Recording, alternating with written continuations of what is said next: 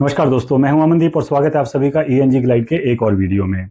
AEC के 4th semester के syllabus में जो आपके 3 यूनिट्स प्रिस्क्राइब्ड हैं उनमें कुछ बातें बार बार रिपीट की गई हैं, जैसे स्ट्रेंथ्स क्या हैं होती हैं किसी पैराग्राफ की या एसे की, वीकनेसेस क्या होती हैं, आर्ग्यूमेंट को कैसे बिल्ड किया जाता है, आर्ग्यूमेंट के सपोर्टिंग पॉइंट कौन कौन से होते हैं, एविडेंस क्या होता है, एक्सप्लेनेशन क्या होती है, एग्जाम्पल्स क्या होते हैं। इन सारी चीज़ों को हर एक यूनिट में लगभग कहीं ना कहीं पर डिस्कस जरूर किया गया है, जिसके बारे में मैंने डिटेल में बात करी थी जब मैंने सिलेबस वाला वीडियो जहां पर रिलीज किया था कि हम फाइनल पेपर के लिए, फाइनल एग्जाम के लिए किस तरीके से तैयारी कर सकते हैं। अगर आपने वो वीडियो अभी तक नहीं देखा है तो उसका लिंक आपको नीचे डिस्क्रिप्शन में मिल जाएगा या आप चैनल पर जाकर भी उसको एक्सप्लोर कर सकते हैं। तो किसी भी एसे में या किसी भी पैराग्राफ में जब हम उसे पढ़ते हैं तो हम उसमें मेन आर्ग्यूमेंट कैसे फाइंड आउट कर सकते हैं, कैसे हमें पता चलेगा कि ये एसे में मेन आर्ग्यूमेंट कौन सा है।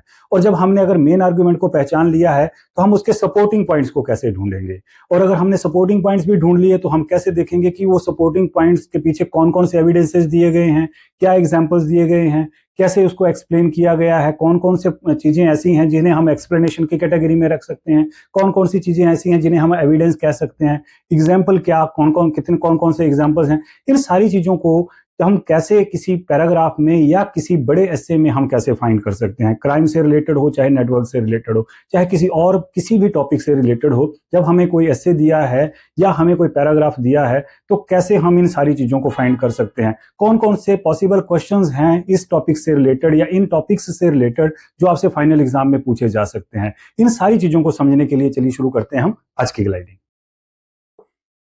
तो एक टेक्स्ट में कैसे हम इतनी सारी चीज़ों को आइडेंटिफाई कर सकते हैं ये समझते हैं। सबसे पहले तो हमें ये देखना है कि हम मेन आर्ग्यूमेंट को कैसे फाइंड आउट करें। तो मेन आर्ग्यूमेंट है क्या, जो भी मेन आर्ग्यूमेंट है उसे हम कैसे ढूंढें। तो मेन आर्ग्यूमेंट ढूंढने के लिए सबसे पहले तो ये जरूरी है कि जो भी आपका टॉपिक है, जो मेन टॉपिक है, उसे आपको समझना पड़ेगा कि ये किस चीज़ के बारे में है। जो क्वेश्चन है या जो डिबेट का जो टॉपिक है उसे समझने की कोशिश करेंगे कि किस इशू के बारे में है। अगर मान लीजिए कोई क्राइम से रिलेटेड टॉपिक है, पोल्यूशन से रिलेटेड टॉपिक है या किसी और नेचर से रिलेटेड टॉपिक है, तो वो कौन से इशू के बारे में बात कर रहा है जिसे डिस्कस किया गया है पूरे के पूरे एसे में या पूरे के पूरे पैराग्राफ में। दूसरी बात, आपको ये देखना है कि जो इंट्रोडक्टरी पैराग्राफ है या पहली जो 2 लाइनें हैं या पहली जो 1 लाइन है वो क्या स्टेट कर रही है, वो कौन सी पोजीशन को दिखा रही है, वो क्या कहना चाहता है राइटर उसमें। जो पहली लाइन है, अगर ये पैराग्राफ है तो आपको पहली 2 लाइन के ऊपर फोकस करना है, और अगर ये ऐसे है तो आपको पहले पैराग्राफ के ऊपर फोकस करना है। इसके बाद आपको ये भी देखना है कि जो ओपिनियन वर्ब्स हैं उसमें जो स्टांस है वो कैसा है। फॉर एग्जाम्पल कि जैसे demonstrate, argue, claim, suggest, believe, should, must, ये किस तरीके के वर्ड्स आए हैं कि यहाँ पे जो ओपिनियन है वो किस तरीके की है। क्या ये कुछ चीज को डेमोस्ट्रेट कर रहा है या कोई आर्ग्यूमेंट बिल्ड हो रहा है या सिर्फ ये कोई एक सजेशन है या सिर्फ कुछ कुछ कुछ स्पेकुलेशंस हैं। यहाँ से हमें पता चलेगा इस तरीके के जो वर्ड्स होंगे, जो ओपिनियन वर्ड्स होंगे उन्हें हम ढूंढेंगे और वहां से हम देखेंगे कि मेन आर्ग्यूमेंट वहां से क्या बन रहा है, किस फेवर में बात जो है वो की जा रही है।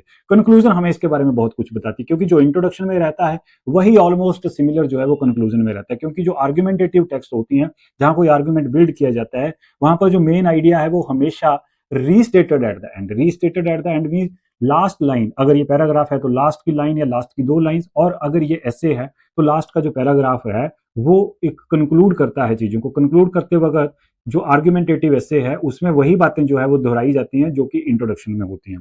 तो अगर हम कंक्लूजन को जब देखेंगे तो जो कंक्लूजन में जो कुछ देख रखा है, लिख रखा है वहां पर जो आइडिया दिया गया है उसी को हम दोबारा से उसको रीफ्रेज करेंगे, और रीफ्रेज करके वही हमारा जो है वो मेन आर्ग्यूमेंट बन जाएगा, एक किस्म से टाइटल बन जाएगा। तो जो बेसिकली टाइटल होता है वही ऑलमोस्ट सिमिलर चीज जो है वो आपके इंट्रोडक्टरी पार्ट में आती है, और वही चीज घुमा फिराकर जो है वो कंक्लूसिव पार्ट में आती है। तो हमारा जो मेन आर्ग्यूमेंट अगर हमें ढूंढना है तो हमें इन चीजों के ऊपर फोकस करना है। एक तो आपको टॉपिक के ऊपर फोकस करना है कि टॉपिक क्या है, दूसरा आपने इंट्रोडक्टरी पार्ट के ऊपर फोकस करना है, और तीसरा आपने कंक्लूसिव पार्ट के ऊपर फोकस करना है। इससे क्या होगा कि इससे आपको पता चलेगा कि ये ऐसे में मेन आर्ग्यूमेंट कौन सा है, किस चीज के बारे में मेनली इसमें बात की गई है। दूसरा पॉइंट था हमारा सपोर्टिव पॉइंट्स, कि अगर आपको एक बार मेन आर्ग्यूमेंट पता चल गया कि मेन आर्ग्यूमेंट क्या है, तो उसके बाद आपको उस आर्ग्यूमेंट के फेवर में, उसको सपोर्ट में जो जो पॉइंट्स हैं वो आपको ढूंढने हैं। नेक्स्ट काम आपका ये है।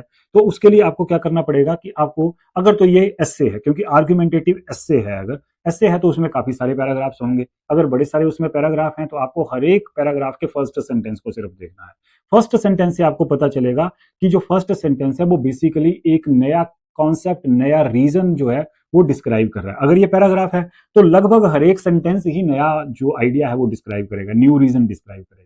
तो ऐसे में आपको उस पैराग्राफ के सेकंड, थर्ड, फोर्थ, फिफ्थ जितने भी पैराग्राफ्स हैं, हर एक पैराग्राफ के आपको फर्स्ट सेंटेंस को आपने ध्यान से पढ़ना है, समझना है कि वो क्या बता रहा है। उसके बाद आप अपने आप से ये वाला प्रश्न कर सकते हो कि how does this paragraph support the main, जो मेन टॉपिक है, ये पैराग्राफ कैसे मेन टॉपिक को क्या सपोर्ट कर रहा है। और अगर आप एक छोटा पैराग्राफ पढ़ रहे हैं तो आपने ये देखना है कि कौन सी लाइन जो है वो मेन आर्ग्यूमेंट को सपोर्ट कर रही है। तो जो लाइन मेन आर्ग्यूमेंट को सपोर्ट कर रही है वो आपका सपोर्टिंग पॉइंट है। तो पैराग्राफ में ये चीज बहुत आसान हो जाती है, लेकिन जब आपको कोई एस्से दिया जाता है, बड़ा एस्से है, तब आपको उसमें सपोर्टिंग पॉइंट ढूंढने के लिए अगर बोला जाए, तब आपने क्या करना है कि पहली लाइन हर एक पैराग्राफ की आपने चेक करनी है। कुछ लिंकिंग वर्ड्स होते हैं जिन्हें आप चेक कर सकते हैं, जैसे कि इन एडिशन, फर्स्टली, इससे आपको पता चलेगा कि कितने सपोर्टिंग पॉइंट्स पॉसिबल है। अगर मान लीजिए फर्स्टली तो एक आ गया, इन एडिशन टू दैट मतलब नेक्स्ट आ गया, फर्दर मोर लिखा है तो इसका मतलब एक और आ गया, अनदर रीजन लिखा है तो एक और आ गया, देयरफॉर करके भी कई बार जो है वो लिंकिंग वर्ड को यूज करके एक नई चीज जो है वो इंट्रोड्यूस की जाती है सपोर्ट के रूप में, तो वो भी एक हमारा सपोर्टिंग पॉइंट हो जाएगा।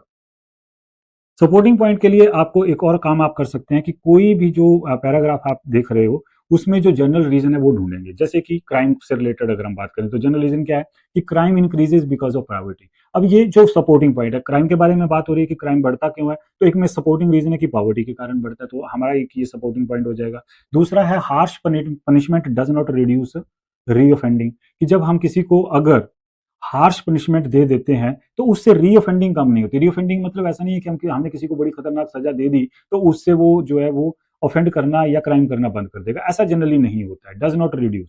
तो ये भी हमारा एक सपोर्टिंग पॉइंट है क्राइम से रिलेटेड। तो जो भी आपका मेन आर्ग्यूमेंट रहेगा, उस आर्ग्यूमेंट में जो जनरल रीजंस हैं वो हमें ढूंढने हैं, तो हमें उससे पता चलेगा कि वो हमारा सपोर्टिंग पॉइंट है या हमारा सपोर्टिंग पॉइंट नहीं है। आप हर एक रीजन को सेपरेट करके भी देख सकते हैं, क्योंकि जनरली होता क्या है, मैं आपको फिर से बता दूं कि हर एक पैराग्राफ एक सपोर्टिंग पॉइंट को डिटेल करता है। जनरली हर एक आर्ग्यूमेंटेटिव एस्से में या हर एक एस्से में जनरली ऐसा ही होता है कि एक पॉइंट लेकर उसके बारे में डिटेल की जाती है। तो हर एक पैराग्राफ लगभग कहीं ना कहीं पर जो मेन आपका थीम है, जो मेन आइडिया है या जो मेन आर्ग्यूमेंट है, हर एक पैराग्राफ में से एक जरूर आपको सपोर्टिंग पॉइंट वहां पर मिलेगा। हो सकता है कि छोटे सपोर्टिंग पॉइंट्स हैं तो दो भी हो सकते हैं। इसी तरीके से अगर आपको एविडेंस ढूंढना, एविडेंस क्या होता है, सबूत होता है। एविडेंस ढूंढने के लिए अगर आपको किसी पैराग्राफ में एविडेंस ढूंढना है कि एविडेंस क्या है, जो भी आर्गुमेंट बिल्ड किया गया है, जो भी बात कही गई है, जो भी मेन आर्गुमेंट है, ये जो रीजंस दिए गए हैं उसमें क्या सबूत दिए गए हैं, तो आपको प्रूफ ढूंढना है। बेसिकली आपको प्रूफ ढूंढने के लिए ये कैसे मिलेगा, ये एविडेंस कहाँ मिलेगा, इसके लिए आपको देखना पड़ेगा कि कई बार तो नंबर्स हो सकते हैं, परसेंटेज हो सकती है ना, कोई नंबरिंग दे सकती होती है कि कितने लोग ऐसा करते हैं। कई बार ये परसेंटेज में हो सकता है that crime rates fail by 15%। तो ये भी एक डेटा, कहने का मतलब है कि कहीं डेटा दिया हो सकता है, जिस डेटा से आपको वो प्रूफ या एविडेंस जो है वो मिल जाएगा। इसके अलावा दूसरा रिसर्च फाइंडिंग्स भी हो सकती है कि हो सकता है सीधा सीधा डेटा ना दे रखा हो, लिखा हो कि जैसे 2020 स्टडी फाउंड दैट या रिसर्च इंडिकेट्स दैट, मतलब कोई एक डेटा नहीं दिया जाएगा बल्कि ओवरऑल एक जनरल सा आइडिया, एक रिसर्च का रेफरेंस देकर, कोई रेफरेंस हो सकता है, रेफरेंस देकर जो है इस बात को एविडेंस के रूप में प्रोवाइड किया जाएगा कि देखो भाई उन लोगों ने स्टडी कर रखी है कि क्राइम इस तरीके से फैलता है। तो वो जो चीज दी जाएगी किसी भी टेक्स्ट में, उसे हम एक एविडेंस मान सकते हैं। इसके अलावा एविडेंस के लिए हमें और क्या देखना है कि कंट्रीज के एग्जांपल्स हो सकते हैं, सिस्टम के एग्जांपल हो सकते हैं, जैसे नॉर्वे में ऐसा होता है, नॉर्वे में क्राइम को इस तरीके से कंट्रोल किया जाता है, तो ये भी बेसिकली एक एविडेंस है। क्योंकि अगर आप किसी का रेफरेंस डालकर उस चीज को लिख रहे हैं, किसी सिस्टम का रेफरेंस डालकर, किसी कंट्री का रेफरेंस डालकर अगर आप बात को लिख रहे हैं, तो ये भी हमें एक एविडेंस के रूप में चीज नजर आती है। कोई एक्सपर्ट्स की ओपिनियन हो सकती है, कई लोगों ने उसके ऊपर रिसर्च कर रखी होती है, जैसे क्रिमिनोलॉजिस्ट हैं, सोशियोलॉजिस्ट हैं, उन्होंने स्टडीज कर रखी होती हैं, उनका रेफरेंस हो सकता है, वो भी हमारे लिए एक एविडेंस है क्योंकि उसको रेफर किया गया है। इसी तरीके से अब एक कोशिश करिएगा कि आप एक जनरल ओपिनियन और प्रूफ कैसे है ये पता करने के लिए आप पूछ सकते हैं कि ये जो डिटेल दी गई है, ये जो एविडेंस है, क्या ये आपके आर्ग्यूमेंट को सपोर्ट करता है। अगर करता है तो इसका मतलब है कि ये एक एविडेंस है। जो भी आर्ग्यूमेंट है, या जो भी आपका रीजन है, अगर उसको वो चीज सपोर्ट कर रही है तो इसका मतलब है कि वो उसका एक सबूत है या उसकी एक एविडेंस है।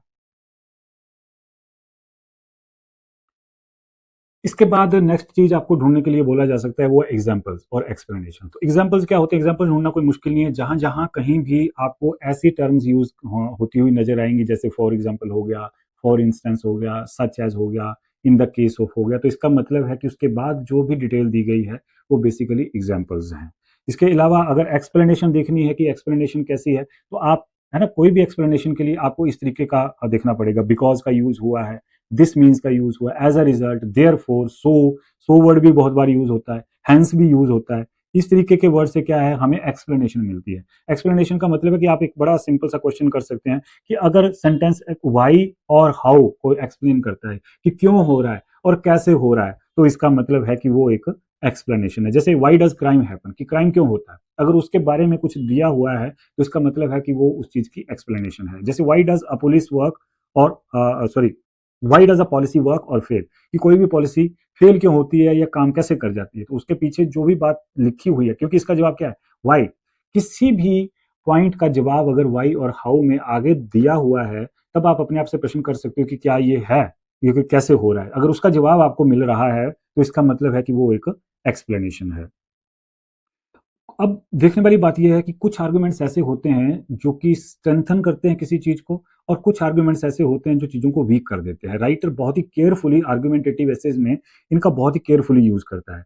जैसे मैक्सिमाइजिंग लैंग्वेज, स्ट्रॉन्ग क्लेम। अब आप स्ट्रॉन्ग क्लेम कैसे कर सकते हैं, मैंने इसके बारे में जो इवेल्युएटिव एडजेक्टिव्स हैं उस वीडियो में भी बात करी है। अगर आपने वो वीडियो नहीं देखा है अभी तक तो उसका लिंक आपको नीचे डिस्क्रिप्शन में मिल जाएगा, आप उसे वहां से जाकर देख सकते हैं। तो उसमें भी मैंने इसके बारे में बात करी है कि स्ट्रॉन्ग क्लेम करने के लिए राइटर ने कुछ स्ट्रॉन्ग एडजेक्टिव्स का यूज करना होता है, या कोई स्ट्रॉन्ग वर्ब्स यूज करनी होती हैं, या कोई स्ट्रॉन्ग वर्ड्स यूज करने होते हैं। तो हमें उससे क्या, उसका आर्गुमेंट जो है, उस आर्गुमेंटेटिव ऐसे में उसका आर्गुमेंट जो है वो बहुत ही ज्यादा स्ट्रॉन्ग हो जाता है। जैसे ऑलवेज, क्लियरली, अनडाउटेडली, कंप्लीटली, जब इस तरीके से वर्ड्स यूज किए जाते हैं। लेकिन राइटर कई बार जो है ना वीकर क्लेम को थोड़ा वीक कर देता है, कॉशियसली इसको यूज करता है, वो पॉसिबिलिटी के उसमें चक्कर में पड़ जाता है। इट मे हैपन, है ना, it will definitely happen, it will always happen. Writer का स्टैंड बहुत क्लियर है, लेकिन it may happen, it might happen, it tends to happen, in some cases it will happen. तो इसका मतलब है कि राइटर जो है वो पूरा स्टैंड नहीं ले रहा है अपने आर्ग्यूमेंट में, कहीं ना कहीं पर उससे वो दुविधा की पोजीशन में जो है वो रख रहा है कि रीडर को जो समझने में ठीक लगेगा वो उसे उस तरीके से समझ सकता है। और ये जो चीजें हैं, कोई चीज जो आर्ग्यूमेंट बिल्ड करने के लिए जो वर्ड्स का चॉइस की जाती है, यूज किया जाता है, इनको अगर आप आइडेंटिफाई कर पाते हैं अच्छे से, तो इससे आपको क्या मदद मिलती है? इससे आपको ये मदद मिलती है कि हमें ये पता चल जाता है कि राइटर की पोजीशन, आर्ग्यूमेंटेटिव एस्से लिखने वाले की पोजीशन कितनी स्ट्रांग है या कितनी वीक है। तो हमें वो एस्से जो है, या वो जो पैराग्राफ है, या वो जो टेक्स्ट है, वो हमें उसकी एक बेटर अंडरस्टैंडिंग हो जाती है। जो कॉमन स्ट्रक्चर है आपके सिलेबस के हिसाब से देखें, जो क्राइम से रिलेटेड अगर आपको कोई एस्से आता है या कोई लॉन्ग पैराग्राफ आता है, तो उसका स्ट्रक्चर जनरली ऐसा होता है, क्योंकि पहला जो इंट्रोडक्टरी पार्ट होता है वो तो मेन आर्ग्यूमेंट को जो है वो सीधा सीधा उसमें लिखा होता है। उसके बाद नेक्स्ट लाइंस या नेक्स्ट पैराग्राफ्स जो है वो आपके रीजन 1, रीजन 2, रीजन 3 के फॉर्मेट में हो सकते हैं, एविडेंस हो सकता है, कुछ एग्जाम्पल्स हो सकते हैं, और लास्ट में आपको रीस्टेट पोजीशन का मतलब है वही जो इंट्रोडक्टरी पार्ट में मेन टॉपिक को डिस्कस किया है उसी के बारे में एक कंक्लूसिव स्टेटमेंट जो है वो रहेगी। दूसरा जो नेटवर्क्स वाला आपका टॉपिक है उससे रिलेटेड अगर हम बात करें, तो जो वहां से रिलेटेड जो पैराग्राफ हो सकते हैं या एसेज हो सकते हैं, उसमें जो मेन क्लेम रहेगा वो नेटवर्क के बारे में, वो तो पहली स्टेटमेंट रहेगी, पहला पैराग्राफ रहेगा। फंक्शंस की बात की जा सकती है पहले पैराग्राफ में, दूसरे में दूसरा फंक्शन, तीसरे में तीसरा फंक्शन, कुछ बेनिफिट्स की बात की जा सकती है, कुछ ड्रॉबैक्स की बात की जा सकती है, कुछ रियल वर्ड्स इलुस्ट्रेशन हो सकती है, एग्जाम्पल्स हो सकते हैं, कुछ एविडेंसेज भी हो सकते हैं, और लास्ट में कंक्लूसिव पार्ट में सेम चीज को रिस्टेट किया हो सकता है टॉपिक के हिसाब से, राइट। तो जो सिंपल टेक्निक है, अगर हम टेक्निक की बात करें कि जब भी आपको कोई पैराग्राफ दिया जाए या जब भी आपको कोई ऐसे दिया जाए, कोई लॉन्ग ऐसे दे दिया जाए, तो आप उसमें से किस तरीके से अलग अलग चीज़ों को आइडेंटिफाई कर सकते हैं, उसके लिए आपको किन किन बातों का ध्यान रखना है। तो सबसे पहले जब भी आप किसी पैराग्राफ को रीड करेंगे या किसी ऐसे को रीड करेंगे, तो ये एक स्टैंडर्ड आइडिया है जो कि काफ़ी सारे लोगों के द्वारा जो है इसकी प्रैक्टिस की जाती है, इसको यूज़ किया जाता है कि जो मेन क्लेम है या जो मेन आर्गुमेंट है उसे ढूंढकर आप उसे अंडरलाइन करेंगे। क्या करेंगे? अंडरलाइन करेंगे कि मेन क्लेम क्या, ये कहाँ मिलेगा आपको, मैंने बताया ये आपको मिलेगा आपके इंट्रोडक्टरी पार्ट में या कंक्लूसिव पार्ट में, उसको आप अंडरलाइन कर देंगे और वहां से आप उसको रीस्टेट करके, रीफ्रेज करके आप वहां पे मेन आर्गुमेंट लिख सकते हैं। दूसरा है जो स्टैटिस्टिक्स है। स्टैटिस्टिक्स का मतलब जो एविडेंस है, एविडेंस को आपने सर्कल करना, एविडेंस को आपने क्या करना है, सर्कल करना, कि जहां जहां आपको सबूत मिल रहा है उसको आपने सर्कल करते जाना है। और उसके बाद जो एग्जाम्पल्स हैं उनको आपने बॉक्स कर देना है ना। उसको आप चौरस बॉक्स में डाल सकते हैं, स्क्वायर टाइप बॉक्स में, रेक्टेंगुलर बॉक्स में, जैसी भी उसकी पोजीशन रहेगी उसको आपने बॉक्स कर देना है। एविडेंस को आपने सर्कल करना है, जबकि एग्जाम्पल को आपने बॉक्स कर देना है। हाईलाइट रेफरेंसेस टू स्टडी, अगर कोई रेफरेंस है कहीं से लिया हुआ, कोई स्टडी से कोई रेफरेंस है तो उसे आपको हाईलाइट कर देना है। कोई स्टडीज हैं या कोई डेटाबेस है, वहां से अगर कोई रेफरेंस लिया गया है तो आप उसे हाईलाइट कर सकते हैं। आप एक क्वेश्चन पूछेंगे कि does this sentence prove something, हर एक सेंटेंस को आपने चेक करना है, हर पैराग्राफ को आपने चेक करना है कि क्या वो कुछ प्रूव कर रहा है। अगर वो प्रूव कर रहा है तो इसका मतलब है कि वो एक एविडेंस है, वो एक सबूत है, और आपने उसे सर्कल कर देना है, या आप उसे टिक कर सकते हैं, क्रॉस कर सकते हैं। तो एक यहाँ पे एक एग्जाम्पल है, तो आप इसे वीडियो को पॉज करके यहाँ पढ़ सकते हैं कि ये गवर्नमेंट्स के बारे में है, जो प्रिजन को लेकर जो सेंटेंसेस होते हैं, प्रिजन सेंटेंसेस होते हैं, जेल की सज़ा हो जाती है, उसको क्या कम करना चाहिए, ज़्यादा करना चाहिए, इसके बारे में ये ऐसे है। तो अगर हम इसे ध्यान से पढ़ते हैं, पैराग्राफ को ध्यान से पढ़ते हैं, और हम वही एक्सरसाइज अगर यहाँ दोहराते हैं तो कुछ इस तरीके का स्ट्रक्चर देखने को मिलेगा। जो पहला सेंटेंस है वो कोई एविडेंस नहीं है, तो हमने उसको क्रॉस लगा दिया है। जो दूसरा सेंटेंस है उसमें हम देख सकते हैं रिसर्च सजेस्ट, ये क्या है, हाईलाइट किया हमने इसको, क्यों, क्योंकि ये एक रेफरेंस है। किसका रेफरेंस लिया है, रिसर्चेज का रेफरेंस लिया है यहाँ पर। इसी तरीके से सेकंड जो आपका सेंटेंस है वो एक एविडेंस के रूप में आ रहा है, तो हमने इसे टिक कर दिया यहाँ पर। इसके बाद studies in several countries show that, अब देखिए ये भी एक क्या चीज है, ये भी एक रेफरेंस है, हमने इसको भी हाईलाइट कर दिया। अब फॉर एग्जाम्पल देखिए, फॉर एग्जाम्पल यहाँ पर वर्ड यूज हुआ है तो इसका मतलब आगे इन सम यूरोपियन कंट्रीज, अब ये एग्जाम्पल के तौर पर दिया गया है तो हमने इसे हाईलाइट कर दिया। इसके बाद more than 40% of released prisoners, अब ये क्या है, ये एक डेटा है, ये क्या है, एक डेटा है, और ये डेटा है तो ये एविडेंस का काम कर रहा है, हमने इसको सर्कल कर दिया। अब ये जो सेंटेंस है आगे, ये सेंटेंस भी हमारे लिए एक एविडेंस के रूप में काम कर रहा है, जबकि लास्ट सेंटेंस हमारे लिए एविडेंस के रूप में काम नहीं कर रहा है। तो ये लाइन से और ये लाइन से, यहाँ से आपका मेन आर्ग्यूमेंट निकलेगा कि ये किस चीज के बारे में है, और यहाँ से आप इसको रिफ्रेज करके मेन आर्ग्यूमेंट लिख सकते हैं, यहाँ से आप एविडेंस लिख सकते हैं, यहाँ से आप सपोर्टिंग पॉइंट, ये एक दो तीन तीन यहाँ पर सपोर्टिंग पॉइंट्स आपको मिल रहे हैं, एग्जाम्पल्स मिल रहे हैं यहाँ पर, ठीक है, एक्सप्लेनेशन मिल रही है। तो आप इस तरीके से इसको जो है वो अलग अलग पॉइंट्स में लिख सकते हैं कि आर्गुमेंटेटिव पॉइंट इसमें कौन सा है, या इसमें एग्जाम्पल कौन सा है, एविडेंस कौन सा है। सो इसी तरीके से यहाँ एक और एग्जाम्पल है, क्राइम के उससे ही रिलेटेड है ये, इसको आप वीडियो को पॉज करके आप इसे नोट डाउन कर सकते हैं, और यहाँ पर इसी तरीके से आप हाईलाइट या अंडरलाइन करेंगे मेन आर्गुमेंट के लिए, सपोर्टिंग पॉइंट्स के लिए, एग्जाम्पल्स के लिए और एविडेंस के लिए। इसी तरीके से एग्जाम्पल थर्ड है, ये नेटवर्क से है, यहाँ भी आप वीडियो को पॉज करिए, इसे नोट डाउन करिए, और यहाँ से आप फिर से एक बार इसको एक्सरसाइज करिए। इनके जो रिजल्ट्स हैं या इनके जो डिटेल्ड डिस्क्रिप्शन है या इनका जो अलग अलग उसमें डिवीजन है, उसका जो इसका सोल्यूशन है वो आपको हमारे टेलीग्राम चैनल के थ्रू मिल जाएगा। और भी बहुत सारी एक्सरसाइज, आपको सॉल्व एक्सरसाइज जो है वो इस आर्गुमेंटेटिव एसे में हम किस तरीके से अलग अलग चीज़ों को ढूंढ सकते हैं वो आपको वहाँ से मिल जाएंगी। तो इसका जो लिंक है वो आपको नीचे डिस्क्रिप्शन में मिल जाएगा। अगर आपने अभी तक टेलीग्राम चैनल को ज्वाइन नहीं किया है तो आप उसे वहाँ से ज्वाइन कर सकते हैं। आज के वीडियो में बस इतना ही, मिलते हैं नेक्स्ट वीडियो में, तब तक के लिए थैंक यू वेरी मच।